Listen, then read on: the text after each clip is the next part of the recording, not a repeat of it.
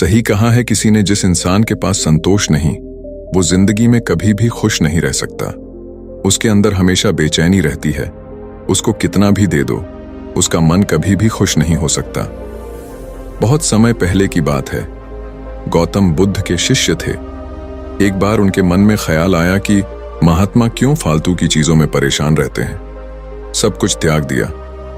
ना तो हमारा कोई घर है, ना कोई खाने की अच्छी चीज है और ना ही किसी भी तरह की सुख सुविधा। इतनी सर्दी में भी हम इस पैर के नीचे ही बिना बिस्तर के सोते हैं। अगर भगवान ने हमें दिया है तो हमें भी घर बनाना चाहिए। अपने घर से भी तो हम ज्ञान का संदेश दे सकते हैं। उसके मन में ख्याल आया कि उसे भी अपना एक घर बनाना चाहिए जिसमें आलीशान कमरे और सुख सुविधाएं हों। वो एक बार वो नगर में भ्रमण के लिए निकला था तो किसी ने उसे एक गद्दा तोहफे में दे दिया। वो गद्दा काफी आरामदायक था। उसने बोला, ये होता है असली सुख। देखो इस गद्दे पर सोने में कितना सुकून मिलता है। काश अगर एक कमरा भी ऐसे आरामदायक हो, फिर तो जिंदगी कुछ और ही बन जाए। लेकिन महात्मा है कि सुनते ही नहीं है। आखिर सब कुछ त्याग करके खुद को कष्ट पहुंचाना, ये कौन सा जीवन है। उसने विचार किया कि वह अगले दिन भिक्षा मांगने के लिए जाएगा और पैसे इकट्ठे करेगा ताकि वो अपना घर बना सके और आराम से उसमें जीवन गुजार सके।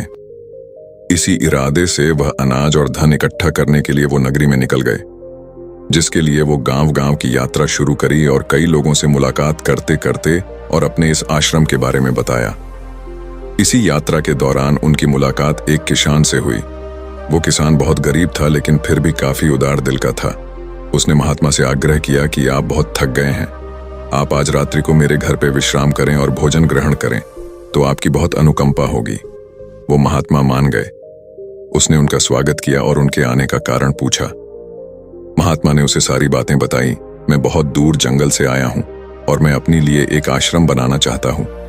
किसी विचार से मैं इस नगर में भ्रमण पर निकला हूं कि अगर मुझे कुछ धन मिल जाए तो मेरा काम आसान हो जाए। उस किसान ने महात्मा की बात सुनी और बोला, आप निश्चिंत रहे, हमारे गांव में बहुत से उदार और धनी लोग हैं जो आपकी मदद जरूर करेंगे। उसने महात्मा को भोजन कराया और बोला, आप चिंता ना करें, आप आज रात्रि को विश्राम करें, बाकी सुबह का कल देखेंगे। लेकिन उस किसान के घर में सिर्फ एक ही बिस्तर, एक ही चौकी थी और सोने का सिर्फ एक ही बंदोबस्त था। उसने महात्मा से आग्रह किया, आप मेरे बिस्तर पर सो जाइए, मैं नीचे जमीन पर सो जाऊंगा, मुझे कोई दिक्कत नहीं है। उसने एक पतली सी फर्श पर चादर बिछाई और फर्श पे लेट गया।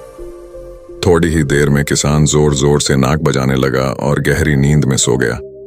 और यहाँ महात्मा को नींद नहीं आ रही थी। दरअसल उनकी पुरानी आश्रम में जो मोटा गद्दा था जिसको किसी ने उनकी दान में दिया, महात्मा को उस गद्दे पर सोने की आदत थी। उस गद्दे में वह आराम से सोते थे।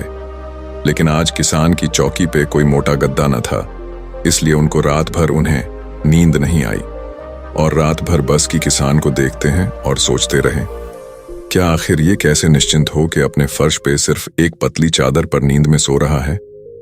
सारी रात ऐसे ही बीत गई। अगले दिन सुबह हुई। किसान उठा और महात्मा का चरण स्पर्श किया और महात्मा से पूछा कि आपको कोई रात में दिक्कत तो नहीं हुई।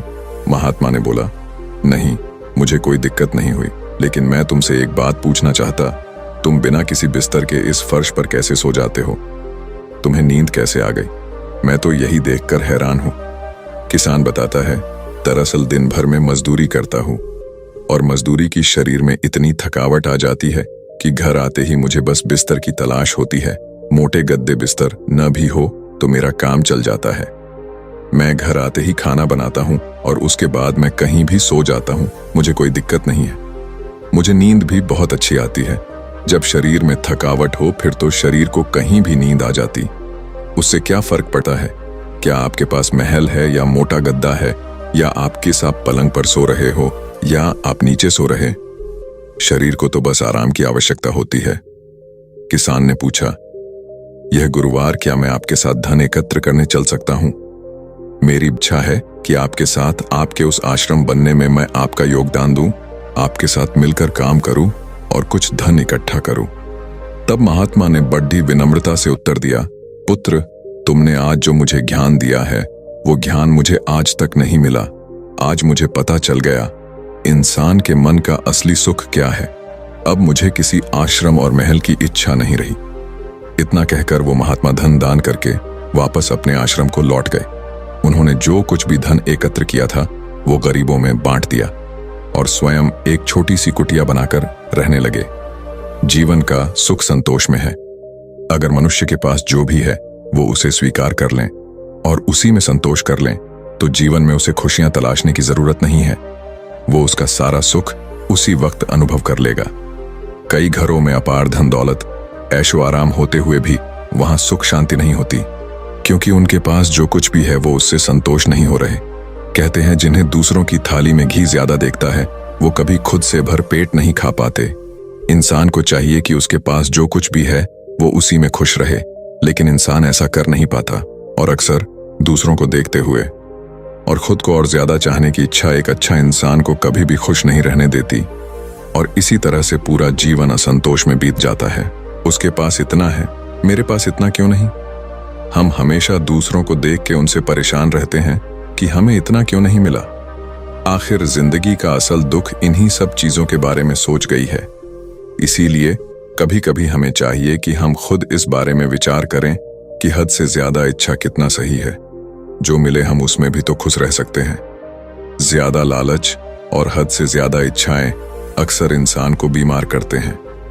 हम उम्मीद से ज्यादा अपेक्षाएं पालते हैं और जब वो चीज पूरी नहीं होती तो हमें दुख होता है और हम चिंता करने लगते हैं। जब जीवन में संतोष ही नहीं तो फिर भला जीवन का क्या मतलब। ऐसे में तो हर दिन हम परेशानी रहेंगे।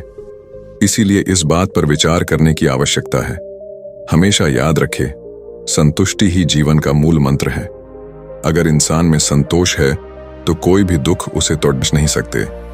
जीवन का यही रहस्य है, जो मिले उसमें खुश रहना सीखो। बाकी अगर ये कहानी आपको अच्छी लगी हो तो इस वीडियो को लाइक करें और ऐसी और कहानी सुनने के लिए डे इंस्पायर्ड यूट्यूब चैनल को सब्सक्राइब करें। तब तक मिलते हैं हम आपसे ऐसी ही एक और प्रेरणादायक कहानी के साथ अगले दिन। धन्यवाद।